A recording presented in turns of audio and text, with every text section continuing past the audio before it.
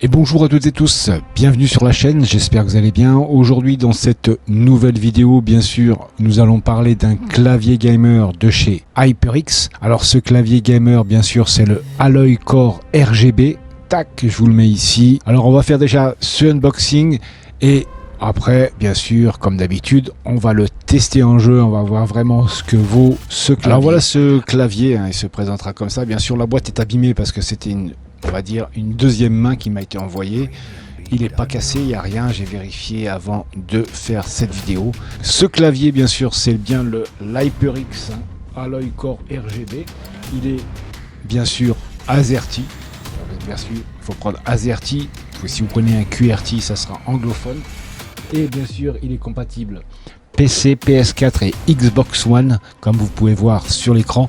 Alors c'est parti, on va faire ce unboxing. Je tourne la boîte, on ouvre de suite. Tac, petit unboxing parce qu'il n'y a rien, pas grand chose à voir. Bien sûr, vous voyez, ça, on s'en fout comme d'habitude. Hop, on s'en fout. Ça, le petit fascicule explicatif du clavier, ça, on s'en fout. Maintenant, on sort directement le clavier. On jette la boîte. On va vraiment enlever le petit protection ici. Alors vous pouvez voir déjà ce clavier, il est sobre. C'est un clavier à membrane bien sûr. Alors ici, alors déjà pour commencer ici, vous avez l'intensité de lumière. Vous avez pour changer le couleur du clavier et ici pour bloquer les touches. Ensuite ici, là vous avez les touches descendre et augmenter le son, couper le son. Ici vous avez les touches multimédia. Avant de le mettre en route, c'est un câble bien sûr. Vous pouvez voir, c'est un câble qui est tressé. Le câble fait 2 mètres. Le câble, c'est assez long. Bien sûr, la prise USB-C en 2.0.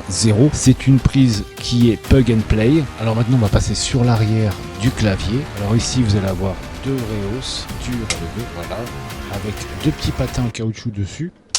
Pas mal, très bien pensé. Ici, vous avez les 4 là, caoutchouc ici et ici, pour éviter à votre clavier de glisser, bien sûr, de glisser quand vous êtes en jeu ou quand vous tapez. Voilà ce qu'il y avait à dire sur ce clavier gamer. Maintenant, on va le brancher et nous sommes sur la partie du clavier. Alors, on va voir au niveau d'ici de la luminosité. Là, on vient de l'éteindre. Là, il y a 2. Là, on l'éteint.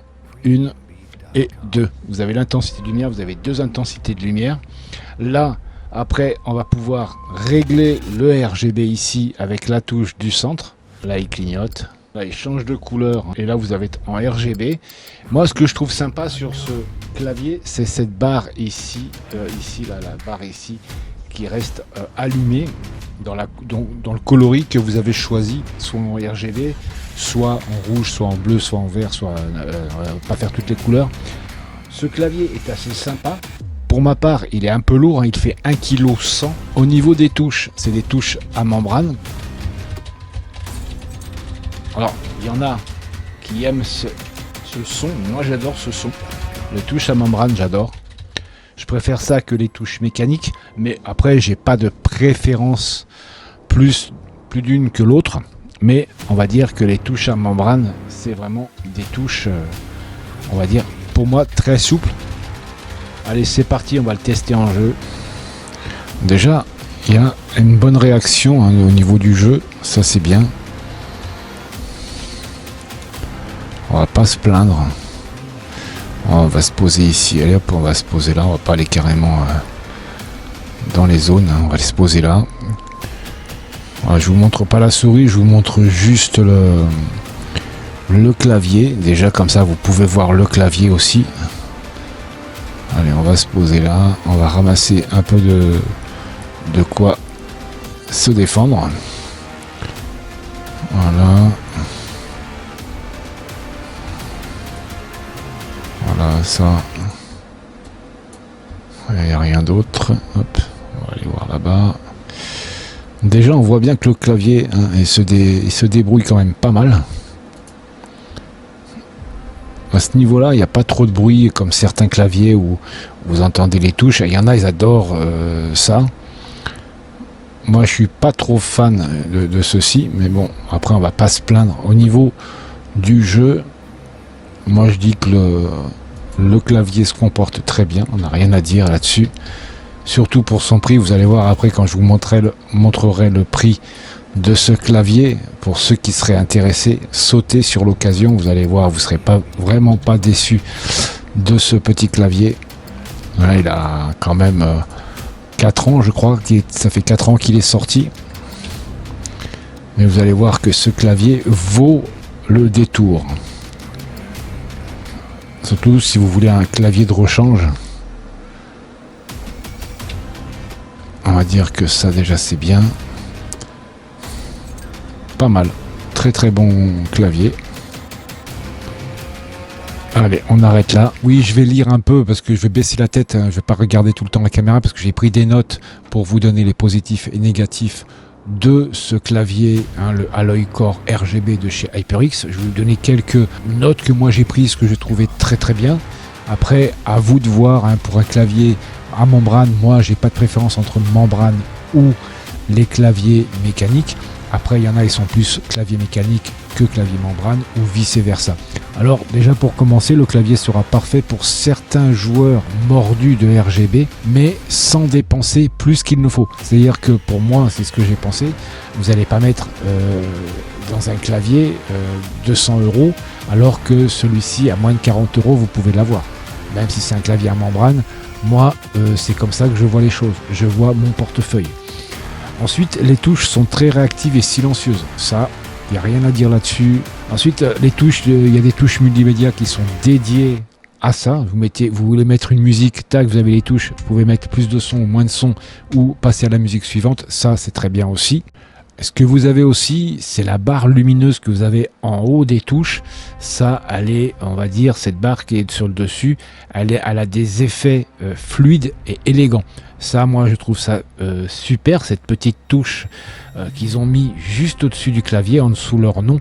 Ils auraient pu faire, moi je pense, ils auraient pu faire leur logo qui a juste au milieu, le faire en transparence pour que le RGB ou la lumière passe et on fasse ressortir encore le logo. Voilà, ça c'était mon petit clin d'œil. Ensuite, qu'est-ce qu'il y avait d'autre à dire dessus? Alors les points forts du clavier, pour moi, pour ma part, bon, c'est comme je viens de vous dire, c'est la barre lumineuse qui est exclusive et avec des effets lumineux, RGB et dynamiques. Moi, c'est comme ça que je vois les choses.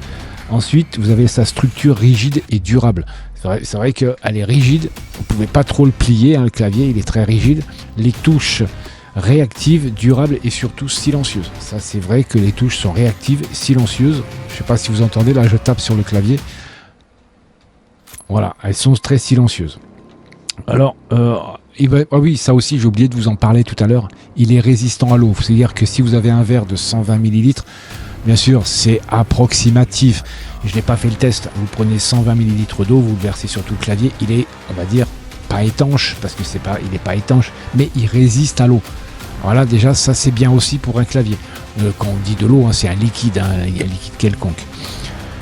Qu'est-ce qu'il y a pour moi après, les points faibles. Alors, les points faibles que j'ai remarqués dessus, c'est le poids. Pour ma part, je le trouve lourd, 1,1 kg, mais ça n'a rien à voir. Une fois qu'il est posé, pour moi, il n'y a pas de voir qu'il fasse 1 kg ou qu'il fasse 200 grammes ou 500 grammes, ça ne me dérange pas. Ensuite, le repose-poignet que vous avez à l'avant, pour moi, je le trouve vraiment trop biseauté. Et après, quand vous posez votre main dessus, moi, ça me gêne. Après, bon, ça c'est mon point de vue. Dans la boîte, vous n'avez pas de touche de rechange, ni la pince pour enlever les touches. Voilà ce qu'il y avait à dire sur les positifs et négatifs du clavier.